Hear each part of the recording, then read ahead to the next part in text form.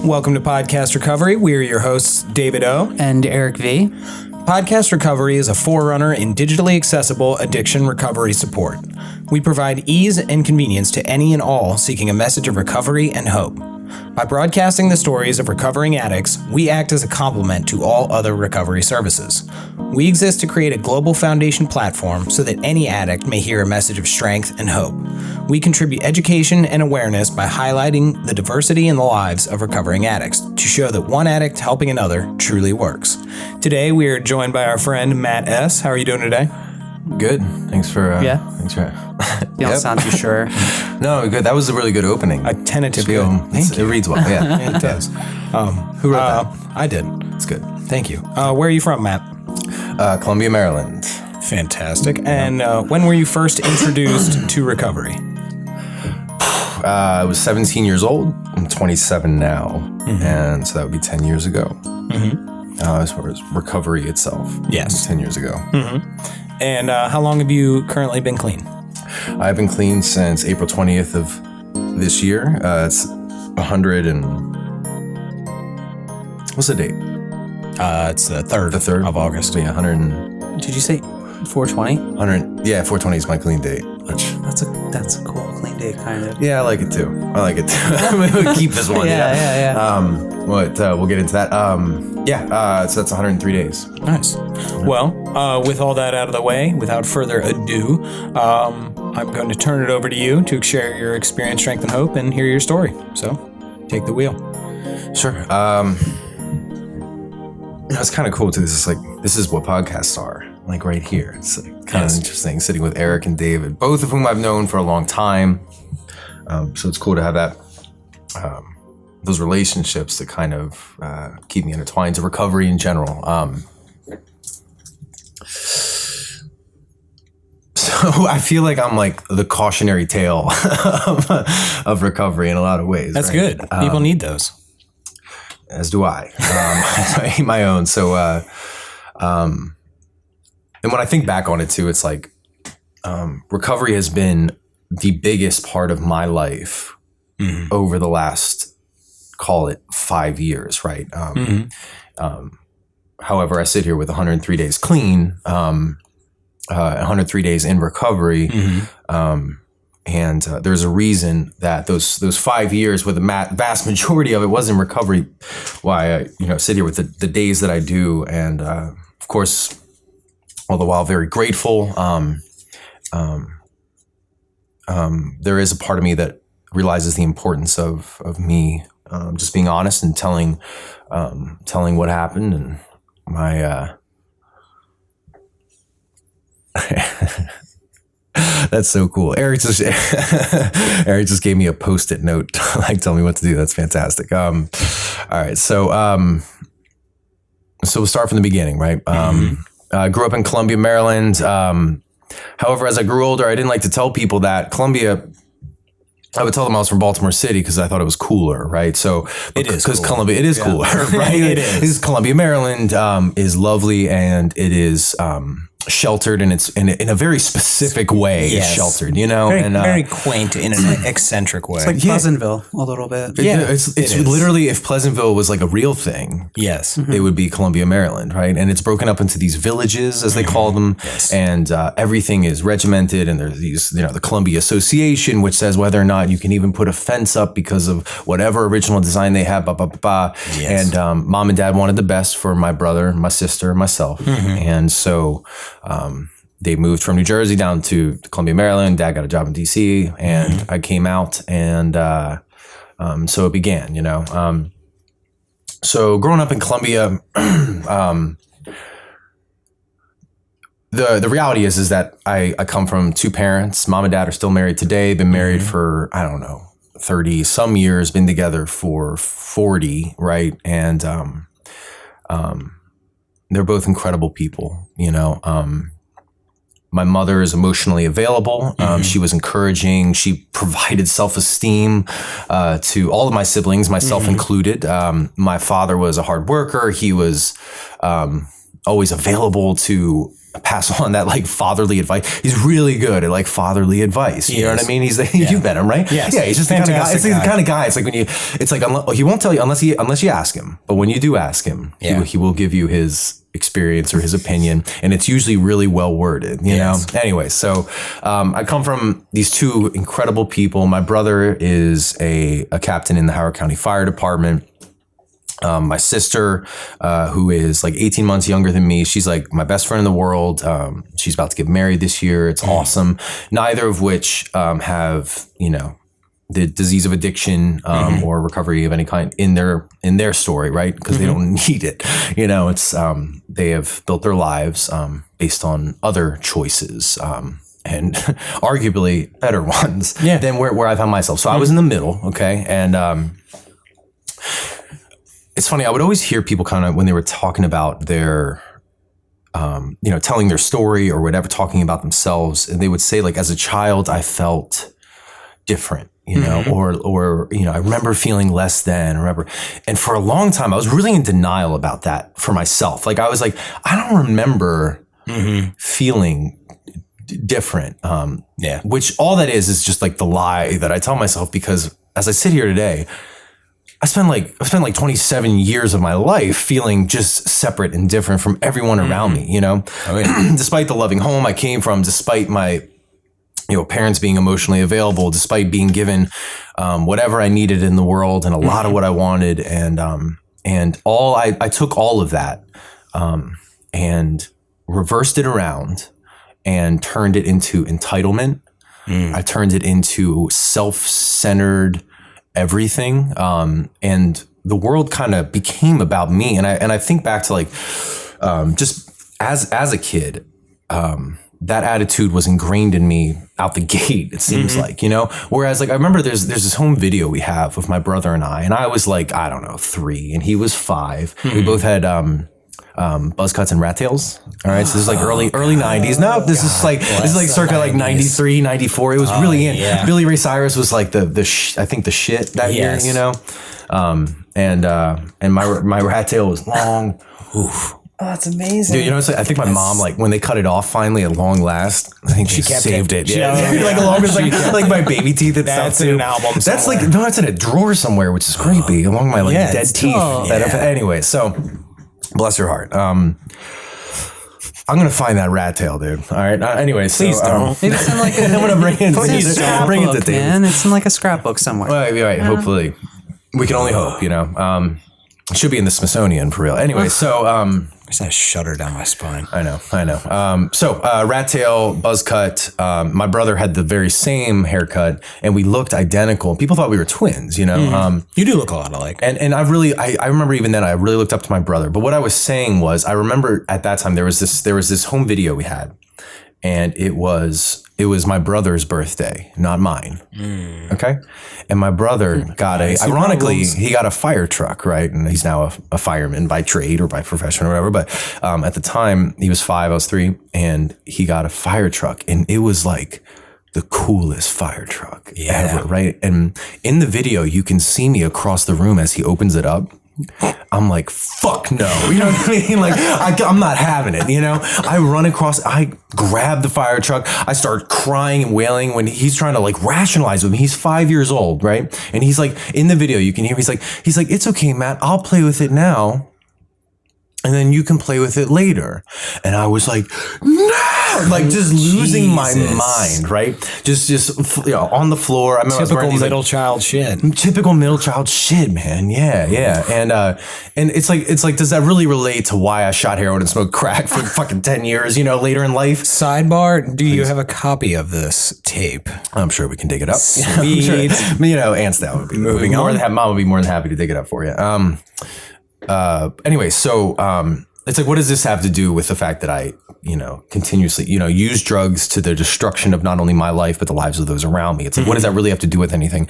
And as I see it, it really just centers around my disease and how it pertains to me. And it is a self-centered motherfucker. Mine is. And it is, the fire truck must always be mine, and I get this tunnel vision when I'm living in that sort of mindset, that diseased mindset, right? And I carried it long before I ever got high, but like it's this tunnel vision where I try to take everyone around me and everything around me and stuff it into my tiny little world and make it fit as I want it to and make it work for me, instead of just like falling back and letting, you know, those around me be as they are, and letting situations around me be as they are, and just be a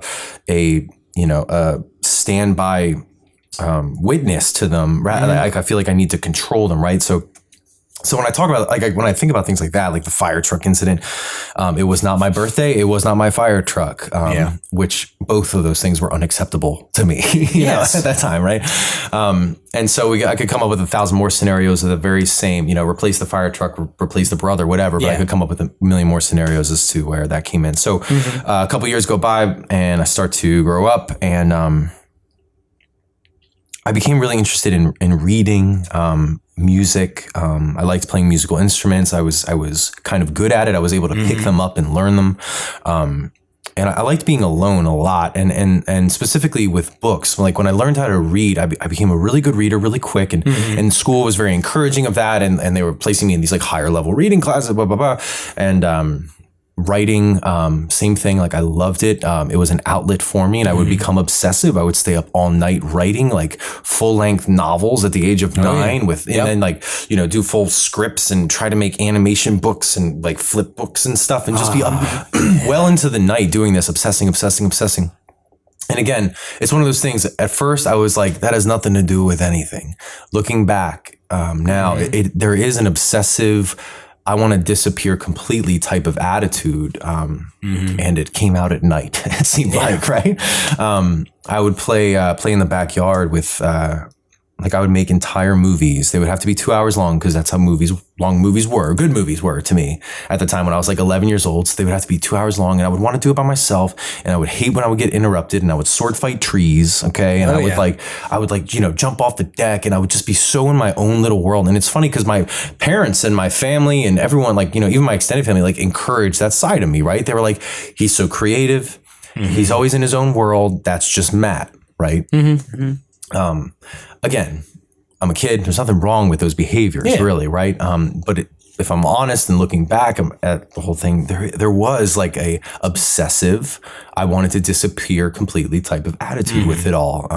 And I would certainly carry that later on. So if we, you know, as I fast forward and I look at the first time I actually got high on drugs, it was with my older brother. Okay. And I was 13 years old, and there was this stuff called triple C's, is what we call them, like Scooby snacks, or you remember that shit? Yeah, dumbass shit. Anyway, so my brother, right. My brother and his dumbass friends would like take like 3 of them and like feel a buzz, or like, you know, think they did or whatever, and go to high school. And like catch that buzz, right? And I remember, like, I thought it was so cool. I'd never been high before in my life, you know?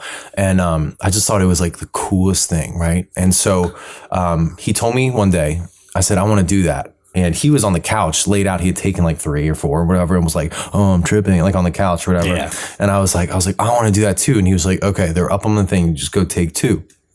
And I ran up to his room, and I took all 10 that were in the sleeve. For never been high before in my life. I took all 10, right? I go downstairs. Good Lord. I go downstairs, right? And the feeling kicks in, right? The feeling. And like, it means a lot to me now too, like having spent my life getting high. You know what I mean? Yeah. Like the first one. Mm-hmm. And what I did not know what I was doing, you know, I did not know what I was doing myself. I just knew that like as soon as my mind changed and those dumbass triple C's like kicked in, I was like better, you know, I was just better than I had been before. And I didn't know something was wrong before, you know, I didn't know that it was an answer, like that I needed a solution, but all of a sudden it like put that bar into place. Like, this is a solution to a problem I didn't even know I had, right?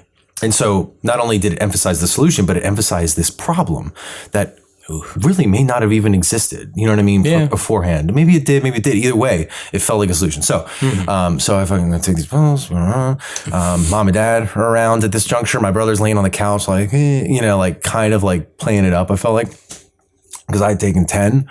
And I was really feeling it. Right. I was really feeling it, dude. I was in the kitchen. I hated cucumbers at the time, right? I ate like 3 whole cucumbers, and my mom kept cutting. My mom, bless her heart, she kept cutting them up for me, and I was like in the kitchen, like, I don't know what it is. Like, I just love cucumbers today, and she just kept cutting up more cucumbers. She's like, well, good, that's good for you, and kept feeding them to me. I was just out of my mind, right? And then I go into the living room and start doing what my brother was doing, doing like fingers across the eyes and like, trying to run colors and all that dumb stuff, right? And the next day I woke up, eventually it ended, or I don't know, passed out or whatever. And I woke up the next day and I was like, I want to feel like that every day, the rest of my life is what it really was. Right. And I didn't know that I had, at the time, of course, I didn't know I had the disease of addiction. I didn't know that I had this thing ingrained in me that made me different from other people, that like where my brother could take a couple triple C's for real and like go live a productive life the next day. Me, I have this thing where it's like, I need to feel better than I do right now all the time. Mm-hmm. And it was that day that kind of lifted off, right? Mm-hmm. So 13 years old at the time, smoked some weed, started doing all that drinking. Even my drinking was just compulsive. It was way over the top. I would drink myself sick. What was your first drink? It was Port Royal rum. It was $11 for a handle. Oh, I know about Port Royal. That was my college drink. It's essentially I think they clean airplanes with it as well. Yeah, it is very poor. Yeah, that was a good college. Like, I was living off like what, $80 a week. Absolutely, I could get a few fists. You scrounge up some quarters. As far as rum went, I was always a Sailor Jerry guy. It was the highest alcohol. I like Sailor Jerry. I'm not familiar. You never had Sailor Jerry? You don't have Sailor Jerry? No, I've had Port Royal, however. Oh, okay. He's friends with the captain. Why are all rums? He's friends with the captain. All rums are like ship related or like mariner life in general. It's a pirate thing. Just I guess you don't get it. You know, beard. You don't get it. Right. So your drinking was unmanageable. Yeah, everything about it, right out the gate. So 14 years old. There's this dude named Stinky. And Stinky, that was his name, Stinky. Okay. And Big Ben. Is that a ghost? Stinky and I. Casper. Different ghost. No, the uncles, right? Oh yeah, that's right. Yeah. He did have Stinky. Yeah. What is happening? What are you talking about? Tangent. Casper, you remember Casper the Friendly Joke? Yeah. Oh, I fucking love that. One of the uncles. Christina Ricci. Dude, I had 2 and 3. They were not good films. But They weren't good. The first one was very good. Yeah, they were very poor pieces of work. It's got Eric Idle and Devon Sawa and Devon Sawa. You're the only one who knows those kids' names, dude, I think. Well, Eric Idle was Devon Sawa was pretty big. He was huge. We're sitting here with Eric V. Of course, he would be the only other one. He was huge. And Eric Idle. What else did he do? What are you talking about? He was in Idle Hands. He was in SLC Punk. He was in The Sandlot. Okay. Was he? He was in Final Destination. Yeah, he was the kid who was like throwing the toilet paper in the grocery store. I heard he was the ringer. I heard they're remaking The Sandlot. I heard that too. Oh wait, not The Sandlot. No, Little Giants. I'm thinking Little Giants. Sorry. I was like totally different sport, different movie. Basically the same plot. Basically the same 90s. Everything about it. With my 90s movie faux pas, we'll move on. on. Big Green. Yes, with Ham Porter from Sandlot. Is that what his name was? No. Isn't that what his name was from Sandlot? Oh, okay, gotcha. Okay, I just remember the front. All right. I used to hide drugs in my Big Green VHS case. That's really why I bring it up. That's a genius place because nobody would ever pick it up. Exactly. Very good. All right. Literally no one in the house or ever would look at that. No, we donated it years ago. No one's ever looked in it. There's probably still drugs in it. Nice. Crusty. No, not really. I used them all. I'm sure of it. Yeah, right. All right. So Stinky. I met this guy named Stinky in the halls of my high school. There in Columbia, Maryland, right? And I smelled him coming away. And I said, I knew Stinky did drugs, right? It was like a known thing. He was that guy, right? Yes. Yeah, right. He was that guy, right? And there were a couple others that hovered around him, but I knew he was the guy. And I went to Stinky and paid what I now know was $5 worth, but paid $40 for $5 worth of heroin from Stinky. And we met that night at Martin Road Park. I was 14 years old. Martin Road Park was the park down the street from my parents' home. Again, they're in Columbia, Which is Maryland. not a covert meeting spot at all. Well, by then. It's not.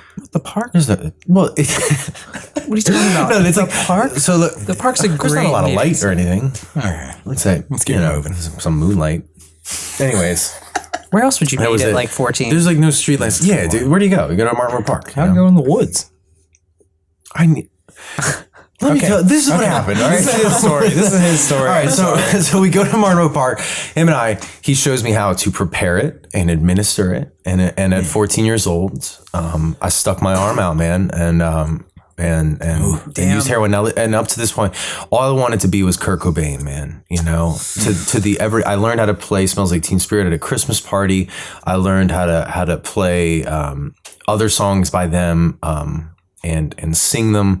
I watched, this is before YouTube, right? I would get every VHS and stuff that I could, DVD, whatever, of like this band and watch them. And I was really just, taken with this idea of this person. And the heroin was like an enormous part of that. So my very, scared, insecure, already drug addicted, dumbass was highly influenced to use heroin as soon as possible, right? And I found it through Stinky, and so Stinky, we went down to Marlboro Park. He administered it, put it in me, showed me how, and when it came on, it was like I thought I had found the answer just in substances and getting high, and up to that point, it had been fun. It had been like. Kind of like a playful romp through, a field of fucking sunflowers, and everything was like all peace and love. And I liked Beatles records, and I was like trying to be this like drug kid or whatever. But when this hit, it was like, man, if God made anything better than this, he kept it for himself. Right. If it was the answer to every question, I had ever asked in my life and would ever ask again. And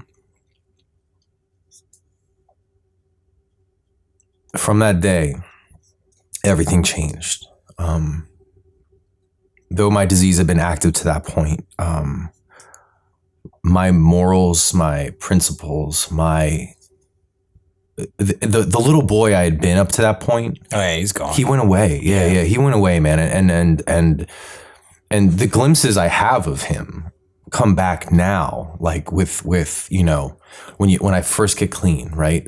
Is when he like reveals himself again, when I can't stop laughing. I'm like jovial, just like overwhelmed with laughter, or when I feel compelled to like go out and like, I don't know, like play baseball with friends and stuff. It's like I'm 27 years old now, and I have these weird compulsions to do like what my 13-year-old self, 14-year-old self probably wanted to do. It's called Michael Jackson syndrome. I don't know if that's Thank true. you, doctor, I don't know if that's true. diagnosis there. It sounded good. What was that? It sounded good. Yeah, Michael Jackson. I get it. I get it. I want to be a kid, right? Yeah, I want to be a kid. But seriously, think about that. Like You go off to Neverland Ranch. That's cool. Yeah, because from that day on, from 14 years. That was you. He slammed a Gatorade, people. They told me explicitly not to slam the Gatorade too, and I broke the one rule. Sorry. All right, I'll put it on the floor. But from that day forward, everything changed, right? And that's just it. It's like, only now do I catch glimpses of like whatever the fuck happened between 14 on was not that of a childhood. It was not that of a like a teen who grows up and has normal teenage experiences, right? It was, everything was either fucking fucked up because of the drugs, or it was self-destructive and emotionally impractical, emotionally upside down, whatever, because of my my addiction to drugs, my use of drugs, or my dependence upon them, and the behavior that brought on, So I was in this long-term relationship in high school, right? And I putting the heroin aside for a while, I was, way out of hand, just smoking weed, and I would raid medicine cabinets at this time and just take whatever I could to get high. Adderall, all that stuff, And this poor girl, you know, she was the, Probably sweet. oh, she was a peach. Yeah. She was, you know, and she loved me to death, and I drug her through the coals. Right. And she, you know, she was like the captain of the dance team, and she got prom queen at prom, and I didn't even go to prom with her because I was still dating her at that point? I was out doing something. I was. Yeah. Oh, you scumbag. I know. total There's a whole other story. scumbag. That's like a way different. We can go down that tunnel too, right? Well, Trust me. not it was that. why the relationship ended. Okay, it was that. I'm was like that. sure. Yeah. So even though it didn't end for another couple months, anyway. So Asshole. so we. Right. Self-centered, aren't I? You know, Yeah. I wanted to do what I wanted to do whenever I wanted to do it, you know, and that has been my life. And there's I'm sure a series of ex-girlfriends you could ask the very same too, you know. But as we move on, right, I'm 18 years old now. The drug use has long been a lot of consequences, a lot of, you know, just I'd already been in like these outpatient, like, So your parents knew at this point. oh my God. Yeah. Did they ever? At 18, I was out of the house. You know what I mean? And what could have been an 18-year-old's like, hey, let's party and work and figure shit out phase was basically more or less just a really depressing, I need $10 phase. You know what I mean? Like for the next like ever, you know? And I started rolling through these treatment centers. Okay. And treatment centers, are where I started to like learn about recovery lingo and stuff. But really they were like, for this time, 18, 19, 20, 21 years old, they were like just a rest up and get back out there type of phase. Really, I was staying in cold weather shelters during the winter. I was always just constantly running, and in between detoxes, these treatment centers, I had no plausible idea of how to get a day clean, you know, outside of a facility like that, right? When I was 18 years old, however, 17, there was this guy named Mike, who was neighbors with my parents. He had put this ad in like this local, you know, Columbia Association newsletter. Like, if you need help with addiction, call Mike E, right? And he had his number there. We call him to find out he's like our next door fucking neighbor, you know. They sent me down there to talk with him. He sits there and tells me all about the 12-step deal, right? And he takes me to a 12-step meeting. And so that would be my first introduction to recovery. But really these treatment centers, and that man would play an enormous role in any recovery I've had since. Oh yeah. And I love him and admire him and his wife both a tremendous amount. But but the treatment centers was where I started to pick up recovery lingo, and I started to get this attraction to those that would come in from the outside world. They would bring meetings in, or the counselors there, the people around me, just in general. Those like, you know, we would smoke cigarettes with like 14 days clean in a treatment center and like start talking about recovery, right? And like there was like this weird heartbeat to it, although it was fucking, you know, nonsense, and I used immediately after treatment and stuff, you know. But there was, I'm sure you guys are familiar, like there was something to a very that. toxic recovery, but yes, absolutely. I know what it's like standing in those it's like me and you, circles. Me and you, dude. Like it's starting our where recovery you used to group. shoot dope? I used to shoot dope there too. Oh my god, so cool, man. We're besties. Thank God David's here. You know what I mean? To get between you and I, you know, we need you, buddy. All right, so. Smells like crushed dreams in this room. That's your beard. Oh yeah, that's right. All right, so where was I? What was I saying? Talking about smoking circles and okay, so all right, so anyways, that whole heartbeat, fake it till you make it, whatever. Yeah. Exactly. Heartbeat, seed was planted. Became attracted to those that were in recovery. In my heart, I wanted to know what that was like. A couple more years, a lot more pain. I found myself willing to try to see what a day clean was like. All right. To hang on tightly enough to like let someone else help me for a minute. At this point, I was only 22 years old too, right? And up to this point, my resume was basically, I knew how to cop downtown. I thought that was really impressive, and I like to impress the county kids because I knew how to cop off the block, right? I talked like an asshole when I was down there too. You know what I mean? Like it's not like when you go onto the block, dude. Like suddenly, like you hear me talking now. Like all of a sudden, I'm like, "What's up, dog?" You know what I mean? Like where the fuck did that come from? What you're doing. Right? Me and my skinny jeans. You know what I mean? Fucking talking shit. Anyway, so you know Stinky? No? All right. I know Stinky. That's why I came up with Stinky. Pulling out for my homie. We don't say that name around here. Anyway, so we would like, so up to this point, my resume was, I knew how to cop downtown, and I had misplaced pride about that. I knew how to use drugs, on a daily basis, and I knew how to acquire them when you woke up without any money. I was willing to do what I had to do when it came to, committing crimes and things, theft, all that stuff, right? To just keep supplying. And all the while I had this really weird misplaced pride about the fact that I knew how to do this. So, So once I go through these treatment centers and I finally go through that last one, and I come out and I'm like, I actually want to like hang on and see what happens if I don't use, right? My whole belief system was based around this like misplaced pride, and all my self-esteem for the last several years had come from that, and so when it was just me and my fucked up belief systems, and the smallest at the tail end of that was just the smallest willingness to like try something different, was when I met you guys, and when I met others around us, and started to just hang on tightly enough and to try to find self-esteem in something else.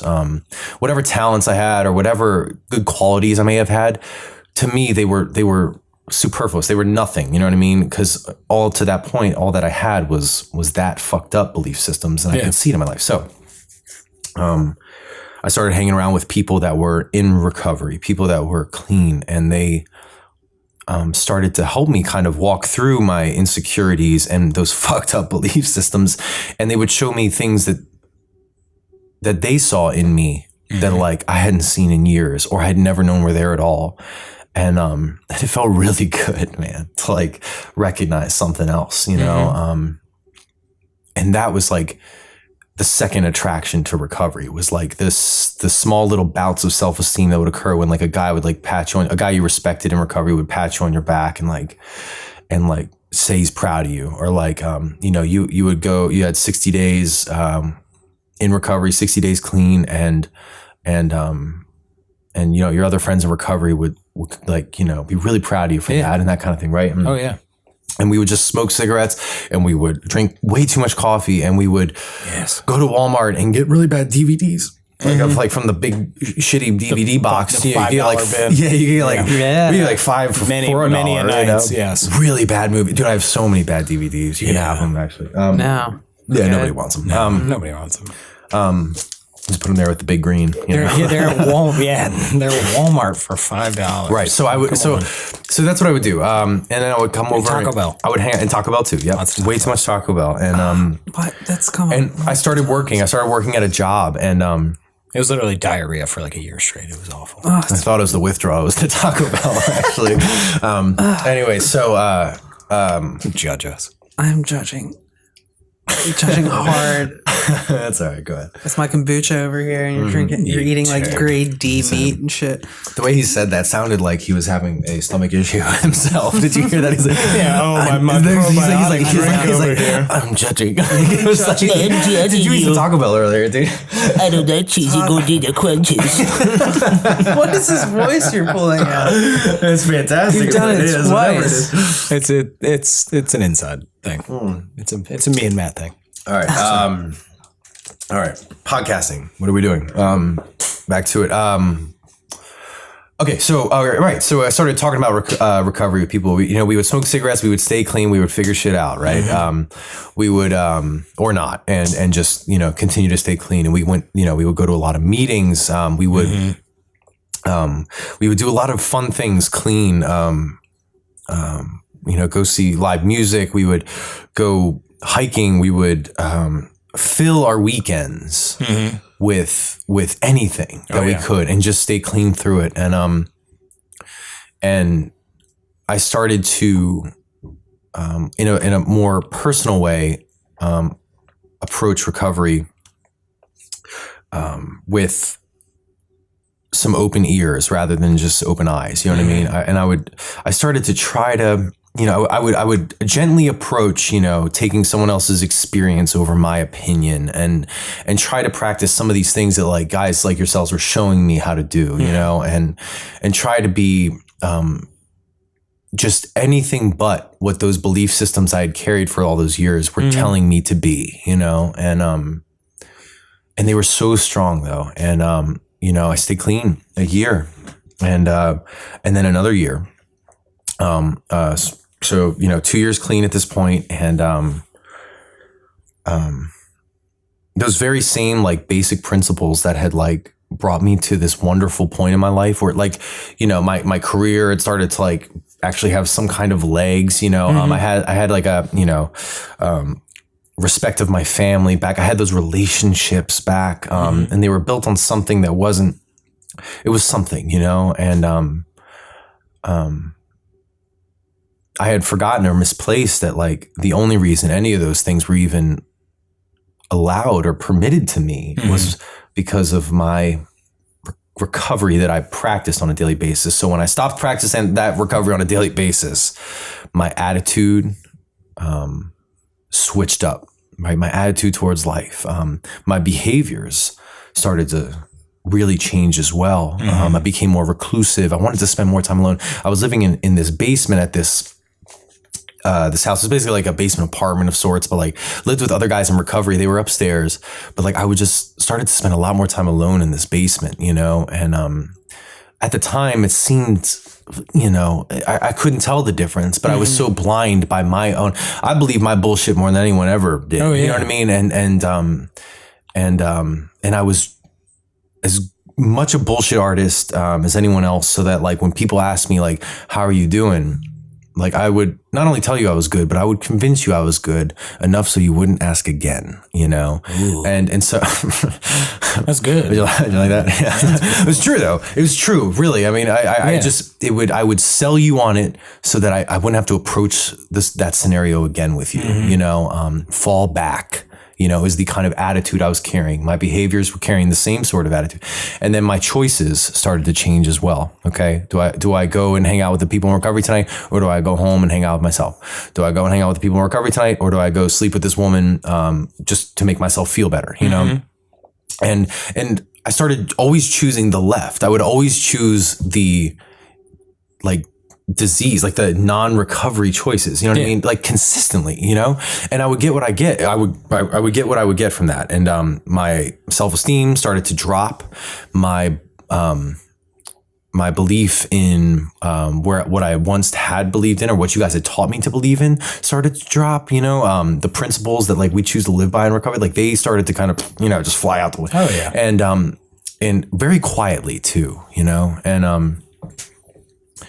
and I would blame others, quietly as well, but I would blame others, and so all of it, it's just, it just became this, what sounds like, it's like painted now, like it really was a mess, but at the time it looked okay, enough, right? And, or at least I convinced others to stay away from me enough. And I convinced myself enough that it was okay. And then my tooth started to hurt, right? And, I went and got it checked out at the dentist.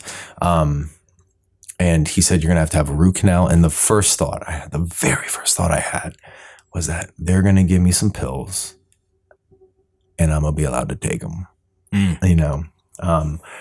when nothing in my history ever suggests that, like, first of all, nobody ever told me like, oh, it's okay to do that, by the way, and recover. Like, there's not like some rule where it's like, well, if the doctor says, but really like, I knew that there was no way I was going to successfully navigate that. Certainly not without bringing others into it. Yeah. And so the first thing I did was I thought that, and I said, I can take these pills, right? And the second thing was like, I'm not going to tell nobody about it, right? And I found myself at this point where staying clean just the value behind that had kind of lost its legs to me. Like I wasn't giving it the respect it deserved. I wasn't giving my recovery the respect that it deserved, and I wasn't giving my disease the respect that it deserved. And so I get this root canal, which, by the way, they take the root out, so there's like quite literally. It's awful. I hate root canals. Yeah, but there's no pain though because they take the root out, right? See, that's complete opposite. Like mine was. Did you have pain? Well, yeah, because I got mine. I took a lot of pills afterwards. Is what we're getting to. So maybe that's why I thought there was. Well, I was still in active addiction, and so I was using a fuck ton of oxys at the time. So what they gave me did nothing. Oh, okay, yeah, of course. So I felt the entire procedure, and like halfway through, I have like tears streaming down my face, and the dentist was like, "Are you okay?" And I was like, and like, he's like, "Can you feel this?" I'm like, exactly. And I shake my head, and he's like, "Oh my God." He was like, it would hit a nerve. Oh my God. Yeah, shake you up. Do you remember that? Dude, yes. Yeah. Yeah, it was awful. Yeah. It was the worst experience of my life. So fuck that. So I got a root canal. Right? And I'm sorry, I didn't mean that. It's like David's personal. I'm sorry. To all our dentist listeners, and we apologize for David's Drink outburst. some Starbucks and shut up. All right. So, anyways, short story is I got high, right? And what I did was went right back to the needle, right back to heroin. I was with this woman at the time, and this one morning, I used in her house alone, and I was alone at the time, and I overdosed there in the bathroom, and she was at work, and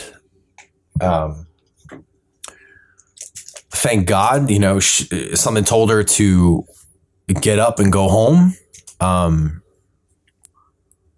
and call it like divine providence or whatever but really, like, she held off 5 more minutes, so when she found me, this poor girl, man, when she found me, obviously I was blue, hadn't breathed, and we don't know how long. There was like a 45-minute window, and I mean, it took 3 Narcans or more to bring me back. I kept going out when they would bring me back, and I had scraped I had died for real. My heart had all but stopped, my breathing had all but stopped. And thank God, I mean, they brought me back to life, right?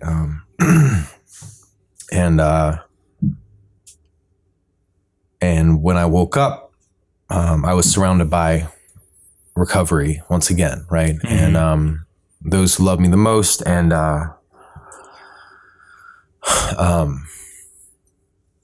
kind of speaks to like the power of like what a group of recovering addicts can do. I woke up, I couldn't remember how to tie my shoes or what my middle name was because of the lack of oxygen. It just made my brain like mashed potatoes, and it was going to take some recovery time to get it back, And I was just such a mess, and everyone was patient with me. And it was like step 1 was like, okay, let's make sure this kid isn't like this forever, Step 2, let's get him some help. And step 3 was them asking me, okay, so we're here now. What are you willing to do? Right. Kind of speed up the process here. I stayed clean another 2 years after that. And once again, the same patterns stepped in, and I'm learning that like recovery really is all about examining our patterns, right? And our, what serves us and what hurts us, right? Yeah. And when, the idea being when the pain gets great enough, you'll change and all that stuff, right? Yeah. But it doesn't matter if you're not being honest about that stuff, right? It doesn't. No one can help you if they don't know what's going on, right? And I have this ingrained thing in me where, and maybe it comes from how my family handled things, which is a lot of like sweep it under the rug type of thing, a type of attitude. We didn't often talk about like root. Like, my root insecurities and where they come from and all that kind of stuff, it's like not their responsibility either. It's like, that's like NA's response, it's like a 12-step or whatever, responsibility, that's my responsibility, that isn't theirs. Let's get to the real issue. Right. Exactly. Well done. Yeah. But I spent a lot of time hanging around with people in recovery, and I spent a lot of time talking about recovery, and I spent a lot of time wasting my own time because I wasn't working on those things. I wasn't looking at those things, and I wasn't being honest about those things really. and I used again. And this time I didn't really stop. You know, I didn't really stop. I just got like a Charlie horse in my. No good. I'm gonna push it out real quick. I really want some sort of clever quip for that, but I got nothing. That's surprising. I know. You're wearing your clever quip I'm hat. I'm wearing my clever cap today. His clever cap's on. He's not even coming up with shit. That's all right. Well, anyway, so well, you're a bitch. Don't get cramps while you're sitting down. Just call Matt a bitch. It's like, anyways, all right. Went really back in the file for that one.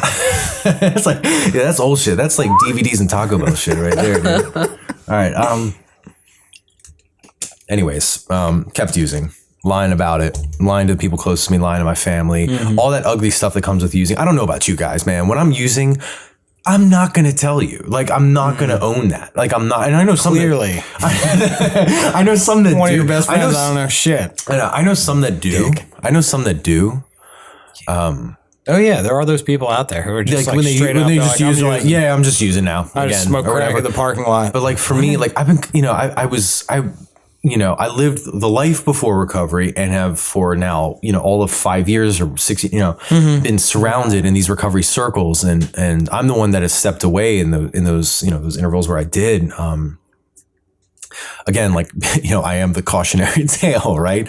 Of like what not to do almost. Can I ask a quick question? Please. Okay. So in our group of friends, like that have, for the most part, like, stayed clean for these past 5 years. Was there any level of like, dude? Sorry. That was Eric. That was like Eric's contribution. I'm saying, was there like any level of like shame, like, like around your like group of friends or in your circle? Like, did you feel personally? Like, I don't think anybody shamed you. Like, I didn't. I know that. Did I feel shame when? What? When I was? I don't know. Like being around like your friends. I don't know. Like while using? You mean? Yeah. Well, fucking yes, dude. There was a lot of that, but that's like when I'm using, I'm a dead person inside. Also, yeah. It immediately takes it away. Maybe you guys can relate to that. Like I become the worst version of myself immediately, and all that self-centeredness, all that sets back in. It's survival for real, right? Yeah. And survival at that time meant like nobody can find out, right? Survival meant, and it's like, as I look at it now, I'm like, God, that's so ugly. You know what I mean? The whole thing is, but like the reality, if I bird's eye view it, it's like, it's all just about survival, right? And my mind and everything is telling me I need to keep using, right? Eric looks like he has Were you high when you came over to play music at my house that time? when? Do you remember that in Hampton?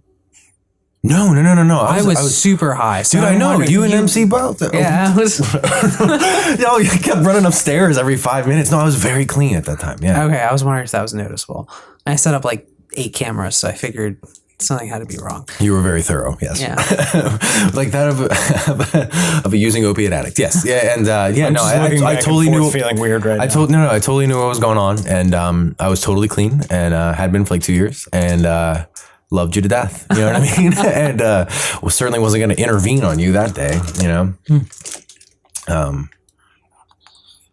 Why tell anybody you're getting high? And here we are now. Why? I totally get it. It's not why. It's like, it's just a survival thing. It's really ugly, and it's not something I'm proud of. It's just like, for whatever reason, I am that guy. Like, and having been like this, having done this past time for the first time, really just tried to, keep it all under wraps. I was trying to, juggle this relationship with this woman that I really cared about. And I didn't, if she found out, like, it would all be over. If my family found out, it would all be over. If my friends found out, it would all be over.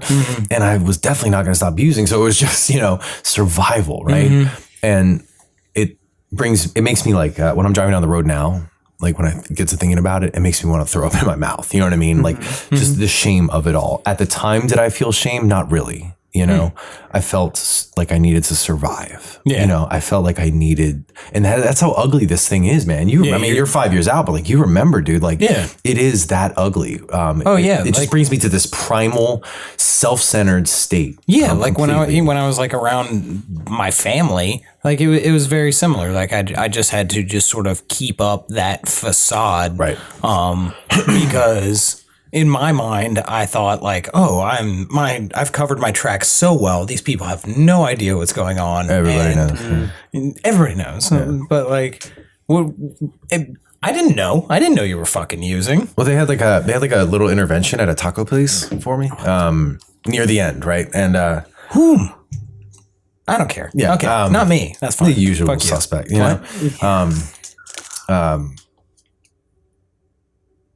Anyway, just got to thinking about tacos. Like, tacos have entered are you hungry? Podcast a few times. Yeah, it's like appropriate podcast food. Yeah. I feel Let's like get some chimichangas after this. Eric's fine. But yeah, like you've built those like walls of lies. Exactly. This web of lies. Yes, and it's just this. It's just a terrible game of like this, just trying to hold it up. Yeah. Right. And for real, the only one that's buying it still is you. Correct. Mm-hmm. Nice. But really, until I don't buy it anymore, it doesn't matter. Yeah. Until even if I know everyone around me knows, you know, it doesn't matter until I know that it's over. Right. Yeah. And that morning came April 17th. And I went into a detox center once again and 17th, 18th, 19th. And the 20th is the day where the detox meds stop, you know, where everything, that's the day, you know, nothing's been in my body since. Right. And, I came back, supremely grateful. Okay. And, you know, I'm clean today. But like, I didn't come back to like this warm brimming, like, hey, welcome back, buddy, you know, type of thing. In fact, you know, and yeah, right. How counterproductive that may have been to me at the time too. Right. But what I came back to was the people that loved me the most weren't fucking with me. Like my family, for example, you know, they were scared more than anything. They were hurt, scared. They've been doing this for how long, you know? Yeah. And it was just all that. And so what I did was I moved into a recovery housing environment. And I sat my ass down and clung on for dear life because like my body wanted to use. Nothing about anything that had been my life or what I thought like my, you know, the really cool life I had created for myself in recovery was just a mess, if not gone. Right. And the relationships closest to me were in peril because of my dishonesty, my nonsense, my bullshit, my disease, you know, and I sat there, you know, quite alone and confronted that. And I'm so tired of myself more than anything. Right. And the best I could do was stay clean and just trust and believe that it would start to feel better at some point, that others around me would start to, you know, respond to me again, you know, that others. And since it's been this like really fast, interesting, escalating, beautiful, 103 days, right? First thing that happened was my body started to feel better. Okay. The physical withdrawal came and went. The second thing that started to happen was I started to contribute to the relationships around me and do that drill again, you know, try to be less of a selfish friend and just be there, you know, because it felt like I needed so much from these people around me, but like, I didn't feel entitled to ask anymore. I just wanted to be around healthy people, you know, and that they were permitting me that was like, it was good enough, you know what I mean? Like that was great, you know? You know, people would feed me, didn't have shit and left the job that I've been at for, you know, those 5 years, whatever, 4 years, it's done. Dishonorably discharged.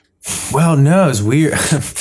We could just leave it at that. That's actually not what happened, but yeah, in a sense. We'll call it that. All right, dishonorably discharged, yeah.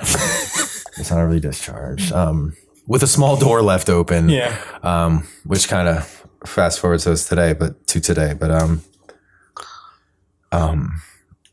so here's what I'm doing today. Like being ripe and a newcomer and like fuck whatever clean time I had before and like fuck whatever I thought was true and fuck what people think or care or say or feel about me. I don't care anymore, man. Like recovery should have always been just a personal choice, a personal decision for me. I made it about other people. I made it about other people's perception of me. My ego let me believe things that were just there was nothing to substantiate what my ego believed was true about me, you know? And That's true. And all the take you down a peg. Yeah, right. No, seriously though, like the arrogance that I would carry this in this like quiet certainty and all this stuff. Like it doesn't matter whether it felt real or not. Like the recovery that I had or didn't have, and the heartbeat that I felt was like, you know, really true to my recovery back then.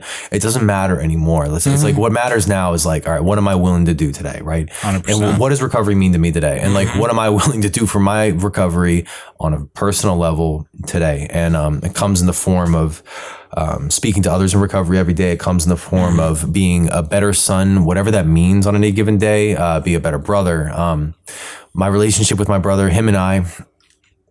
He doesn't want anything to do with me right now. I don't blame him. You know, he's not only is he scared and like for me to die, you know, and has he watched me do this for how long? 10 years, right? Yeah. But he has a daughter now. She's the most amazing little girl named Alex, and she just turned 2, and she's the coolest thing in the world, I think. But he needs to protect her, right? And to this point, if nothing else, I'm an inconsistent motherfucker, right? And that little girl doesn't need inconsistent motherfuckers in her life. You know what I mean? If she has an Uncle Matt, she needs him to be the best Uncle Matt in the world.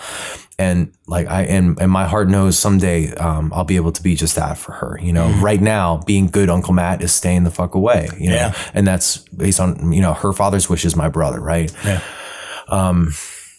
Though I miss her very much and, you know, all that, it's not about me. Right. And, my sister, you know, she has a wedding coming up and I'm in the wedding and I can't wait to be there for that girl. You know what I mean? And everything aside, history aside, story aside, all of that, like what the pleasure of my life it is to be able to be alive and clean and be able to show up for that girl, you know, and to just be there for her for whatever she may need that day, whether it's to go fetch her a plate of shrimp or to fucking, you know, if she gets a little, you know, cold feet and wants to bounce, you know what I mean? Like whatever, you know, whatever she may need, that's not going to happen. It's not going to happen. Plate of shrimp will probably happen. Plate of shrimp will probably happen. Dude, she's marrying this guy, Mitchell. He's like you couldn't make a better man. You know what I mean? For your younger sister to marry. You know what I mean? Anyways. All right. So I'm saying all that's like basically kind of get to the point of I am in this spot where like no one's asking much of me. Right. Just stay clean. Right. I've begun the process of like, you know, re-examining myself, looking at my past patterns. Can't repeat these things again. You know what I mean? They need to be looked at and they need to be looked at immediately, you know, and they need to be confronted, removed, whatever is appropriate. And it's so cool that I have that opportunity, that my mind is about me. My body functions. I made it out alive, you know, it's not over, you know? Basically, don't be such a fucking self-centered prick anymore, you know, is really what it comes down to too, you know. I have relationships that mean a lot to me that I want to repair, and I can do that. I have friendships that people can't buy, you know, like it's like, you know, look from the outside looking in, like the friendships that we are afforded in recovery are like, how do you know, how do you measure that? Like, how could you ever, to this point, it's just like, it's so fucking cool that I have a chance to just like stay clean today, smoke some cigarettes and figure shit out, you know? And,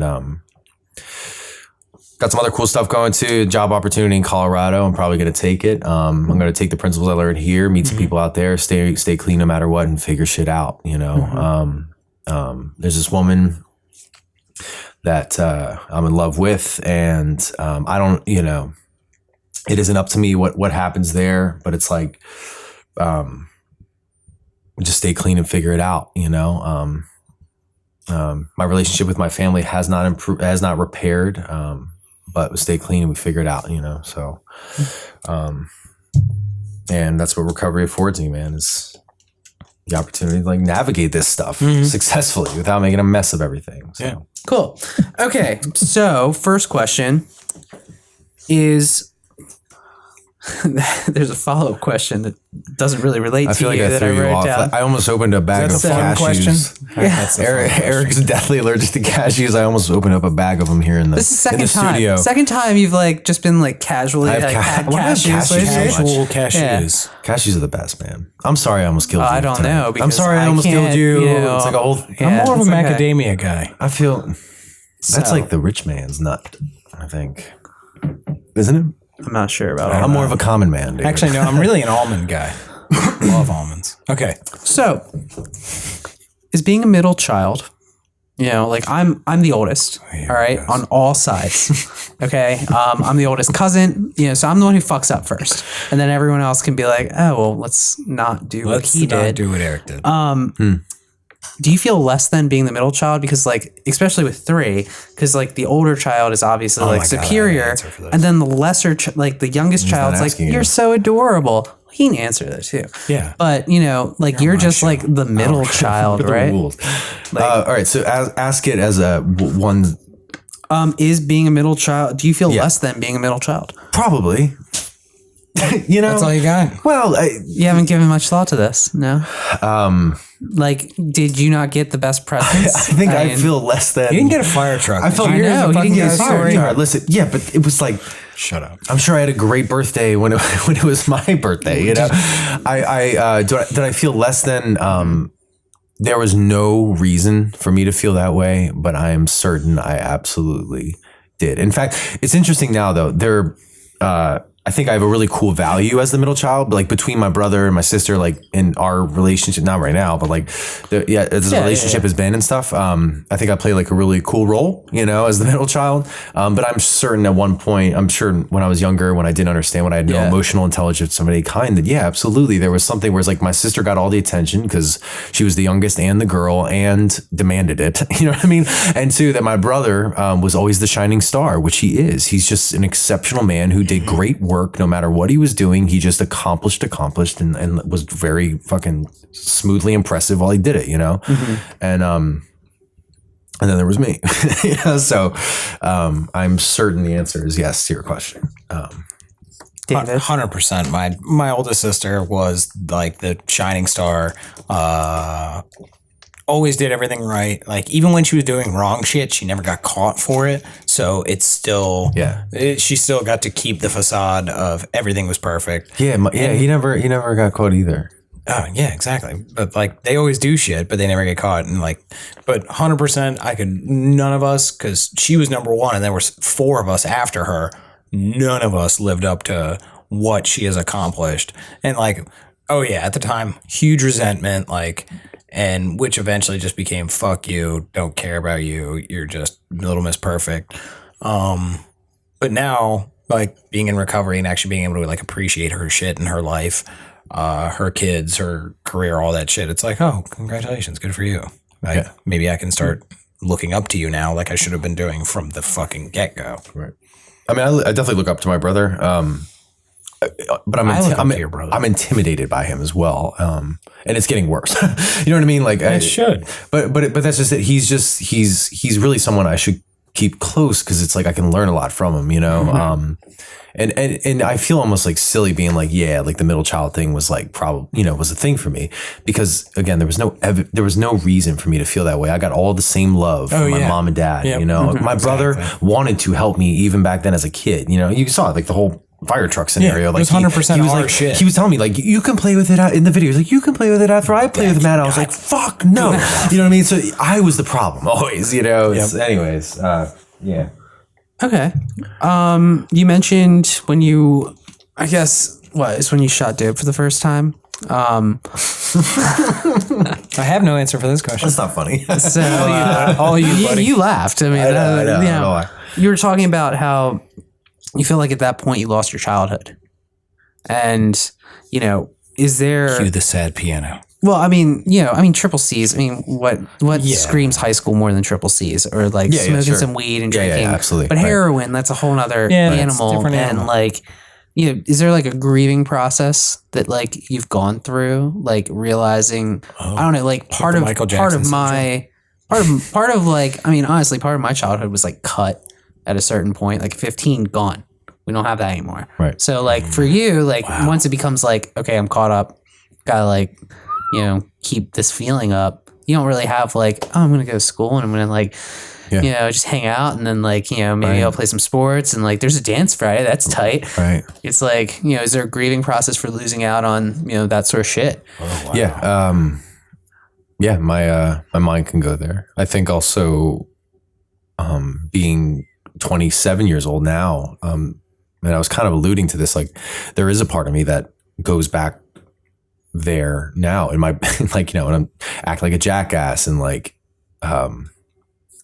will want to behave in a immature manner and like and there's something very nostalgic within me during those times,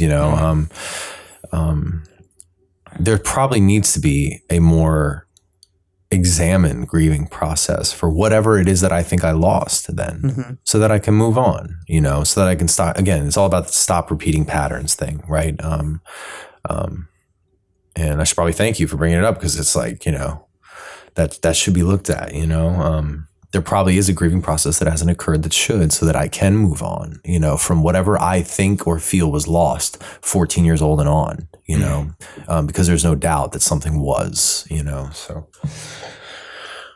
Good question, Eric. I was wondering what he was doing on that sticky note. Oh, yeah. Oh yeah.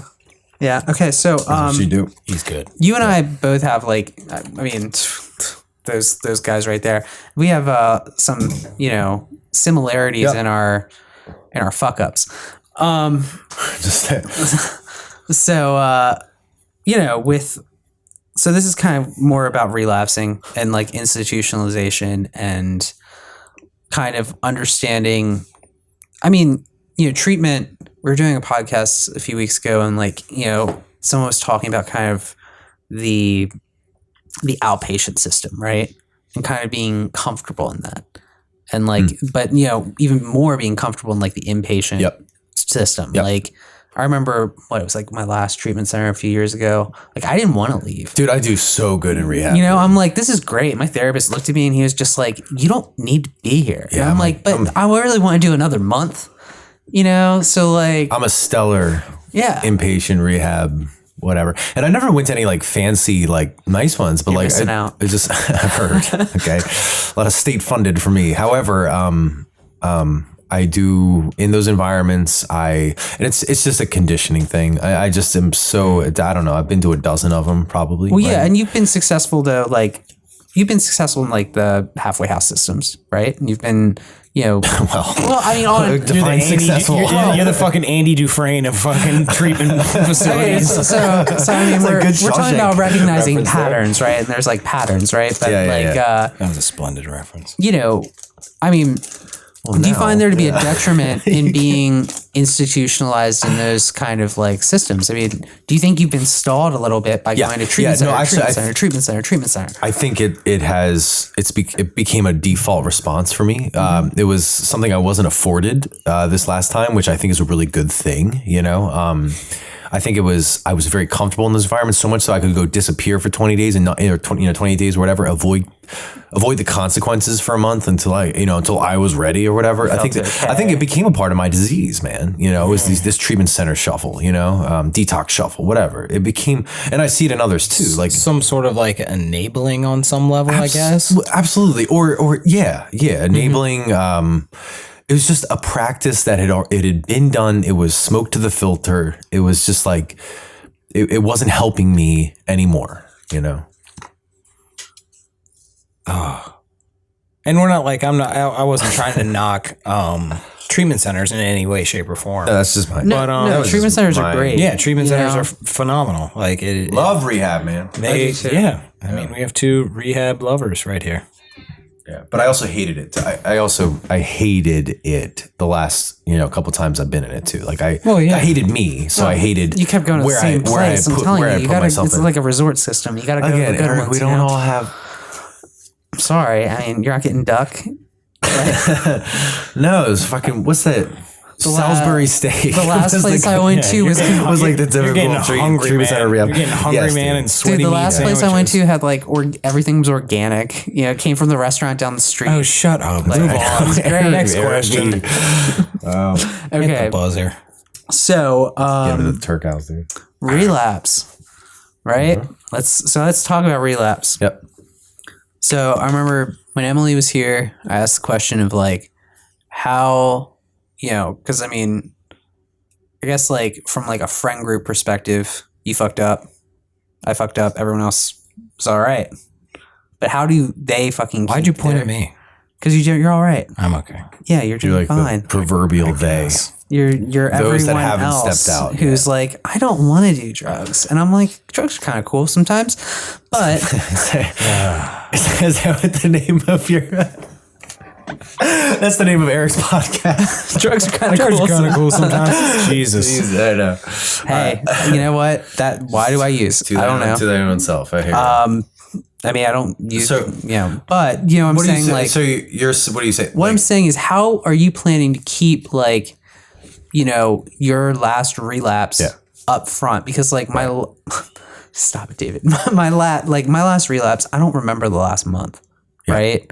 Like it just was like this. I mean, literally multiple car wrecks of like bullshit and like, just blacking out every day, like, and doing like just being fucking wild. Yeah. But like how, like I can't remember it, so that's a problem. But like, how are you gonna keep like? Okay, so all the consequences aside, the relationship shattered, the family and all that stuff, the relationship with the girl lost, the fucking the money, everything that was lost, anything tangible or emotionally, gone. I fucking hated me. I was ready to blow my brains out and would have had I had a gun. I was ready to call it. All right, this is a spot. I felt I was in this box that I couldn't remove myself. It's not something that's easily shook off. It's the kind of thing still like on my drive home tonight, that feeling will creep back up on me again, dude, and shake me up, because it's still very much so there. Yes, I'm laughing again and I'm experiencing joy again. And I'm, relationships are starting to come back in my life because I'm not being a fucking idiot and an asshole and I'm contributing to them, fostering those relationships so they're coming back. But like still very loudly, the shame, the remorse, the guilt, the degradation, all the nonsense creeps in quick when I'm alone, and it dictates everything I do from here on out. It's very loud, and I know someday it'll become something of inspiration rather than desperation. But today it's still very much so a desperate feeling of I don't want to go back there. Well, yes, but what happens when that feeling's kind of just like it's there, but then it starts creeping a little bit further behind you, and you start forgetting that feeling, right? Because you're going to move further out if you leave like this comfort zone of recovery. Right. You're going to be all by yourself, right? What do we, what do we do in those scenarios? You know what I mean? Like, why do we? Are you guys looking at me like for no? It's just, I mean, we stay tight knit recovery circles for what reason? So I can keep telling that. But when you're alone, right? Can I be honest? Okay. Honestly, like, and this is just statement of fact. This is not ego or whatever. Over the last 5 years, I've stayed clean. Both of you have relapsed. And honestly, like, this may sound fucked up, but it's helped me stay clean because you've come back and you showed me how shitty it was. And I was like, welcome. Oh, cool. Awesome. I don't want to fucking die. Mm-hmm. That's awesome. I don't want to forget a month of my life. That's awesome. I don't have to fucking choose that.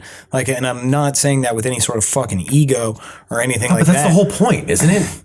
that's the whole point. We learn from each other's experiences. Yes, don't we? absolutely. Right? That's why So we're here. My experience needs to help me too, though. Yes, you know, absolutely. So I need fucking. There was a point 2 years in, right? Like I wasn't telling me my story anymore, man. No, of course, yeah. Things got better.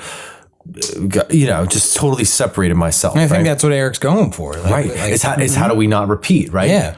We just don't. I don't know. Yeah. You know what I mean? And see you in 2 years. You know what I there's mean? been times when I've had to just absolutely like hold on and just not use. Right. And that's the other thing. It really is that simple though. That's the other part. Like I need to like remember, man, seriously. It's like, just don't use. Yeah. And everything else will sort itself out. It will get this will be handled. This will find its way, It's temporary. Right. It Because is the reality is temporary. I'm a slippery motherfucker and I am one I will use again. Don't like mumble that into the microphone. Like I you turned are. away and I couldn't even look him in the eye. You sleazy fuck. I don't know. I guess David's a different kind of drug addict than us, man. I don't know. Well, It's okay. So Yes, we're it's all different, different right? drug With addicts. relapse, like Right. you used for 2 different reasons, right? That first relapse was probably a different reason than why you used the second relapse. Like my first relapse was like just totally just happened. Like I was like, I was one of those fucking assholes who was like, you know what? I'm in the whatever No matter what. Whatever those fucking what assholes say. I'm in the no matter what club. Like I'm never gonna do that shit. And then like never say never. it was just like it was a second. That was all. Only a Sith lives in absolutes. It was. You know what I mean? But like I wouldn't have thought like even like a few hours before that, I didn't think like I'd have a drink in my hand like later that night. I think it's an attitude thing, man. I had an attitude of indifference. I had an attitude of I was ungrateful, Eric. For real. No, when you just said indifference, an attitude of indifference or intolerance too.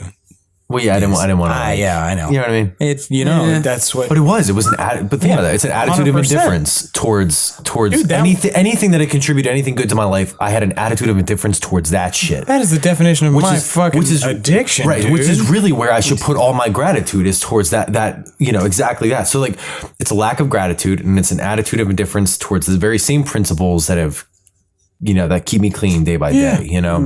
Yeah. And it is an attitude. You can smell it on me when I'm in there. It's just you do act like there's a behavior change. There's a shift. There's a. But I don't know. I guess I don't know. I want to touch really quick on your fucking like your story and your path. Like the first time you relapsed, like I remember the phone call. Our friend Brad had called. And Brad's been mentioned so many times on this I know podcast. so many. God, fucking we'll get him on We've here gotta get some soon. I people promise. So anyway, he informed me, Not and I just Edmonton started, Avenue. and I just start bawling like immediately, instantly. This is like one of my best friends over the last 2 years, and we were a tight knit group. We all had like 2 years of clean at this point. Yeah. Like we're chugging along. Life is great. He stumbles. I cry. We cry together in the hospital. Terrible time. Second relapse, a couple years later, I punched a hole in the wall because I was so fucking angry at you that you did it again. Mm-hmm. I was so fucking just pissed off. And like, really, I wanted to punch you. I was like, what the fuck don't you get? Like, this is the same pattern twice. Like, fuck you, man. Yeah, absolutely. And then this third one, honestly, You weren't like, the only one. I was honestly numb to it. Like, I was just like, okay.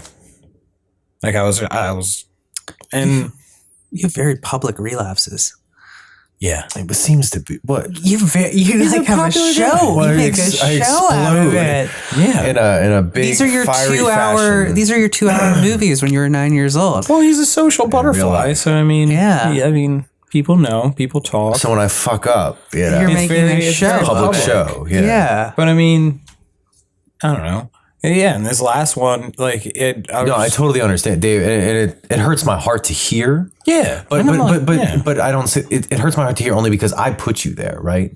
It's the patterns repeated put you there. When you love somebody and you watch them kill yourselves, I mean, how long can you do that for? Yeah. How long can you really do that for? So when I came back this time, some of my closest friends in the world were like, I don't think I can help you. Like, I think you should I actually find. did punch you. I think this you time. should to. Yeah. I think but I it punched you was in the like- arm. Yeah, it was like Like, but- lovingly though. Well, I gave you like 60%. He was like kind of It hurt a little bit. It did. Thank you. That's all I wanted to hear. Move on. I just want to hurt. David's strong. I just want to hurt you a little bit. Shut up. Some of my closest friends in the world that I've known for years and have, all that, like, love them. They love me. They were like, I don't know if I can help you. In fact, I think I'm hurting you. Maybe you need to do something different, and yeah. And I remember having that talk. I'm going to reference and it there's a lot of again. power to that. Just do something different. Yeah. With Brad, like we had a conversation with our group of friends as to whether we were like an enabling system in your addiction. Yep. Because like it had been like pattern after pattern and we were a constant. So by old 6th grade algebra standards, like, that's the like, transitive property. Yeah, exactly. So like something has to fucking change. And is it us? Like, do we have to sort of like shun you for a little while? And ultimately we didn't. But that's but it made us second guess ourselves. And it's just, and that comes from, you having a mind of recovery and also like, I want to help this kid. And also like, I'm afraid for him. Yeah. And I'm also in pain because I love him. And like, it's the same kind of response like my family had, like we didn't speak for we are family, dude. A couple months. Exactly. I mean, you are, like I talk about like mom and dad, back to them, for an hour and a half ago, whatever that was. We talked about mom and dad, those same loving people. We're getting there. Mom and dad, right? Those same loving people, they, and how selfish is that? I put them in a spot. They had to just fucking walk away. Yeah. It was because they weren't going to let me watch me kill myself and they couldn't do it themselves. It was killing them, and that's, addiction in a nutshell. In mine specifically, it's the most self-centered thing in the world. And anyone I care about that matters to me, like as I sit here now, dude, like I love you eternally and like would never want to hurt you intentionally, you know? And when I put it in me, it's like, that's what happens. I just make selfish decisions. It's that indifference. Yeah. Fuck David. Any more questions? Yeah. No, I mean, no more questions. No more like, questions. No more questions. Okay. Drugs. Drugs. Drugs are bad. Don't do that. We really need to get some sober people on here too. I've realized. What do you mean? Like, yeah, but it's just like, there's a total on the other side of the aisle. language, thing that like is just so obvious if you're in recovery to know, like, right. We know. I'm sure people who listen are like gonna know. Yeah. Yeah. Well, it's been cool. It's dope. It's been cool sitting here with you guys. Absolutely. We'd like to thank you for coming, sharing your story ad nauseum. It was fantastic. No, it was great. Had a fucking blast. All right. Well, here at Podcast Recovery, we are aiming to expand the scope of support for recovering addicts. Accessibility and convenience of helpful services is paramount to combating addiction. We work to bring the message of recovery to every addict, wherever and whenever it is needed. We believe that a powerful voice of recovery should be obtainable, practical, and at the touch of a button. Every addict deserves to hear a message of hope, and Podcast Recovery is here to provide it. Thanks everybody for listening. Please go to our website, listen to all our episodes. All of them. All of the Every episodes. fucking episode. Follow us on Facebook, follow us on Twitter, rate us, review us. Subscribe. Please subscribe. Invite your friends, invite your moms, your brothers, I don't know. And if you want to speak, contact us. Yeah, we'll get you on the pod. Feel free to contact us. You can even call in. Yeah. Yeah, we're gonna do that. We call it the pod. We call it the pod. The pod. I don't think so. I don't like that. You don't like the pod? No. I love the pod. It's kind of futuristic. I love the pod, but I don't. We've said it like 10 times in the last minute. I think it's catching on. The pod. Yep. # the pod. Thank you. Thank you everybody for listening, and good night.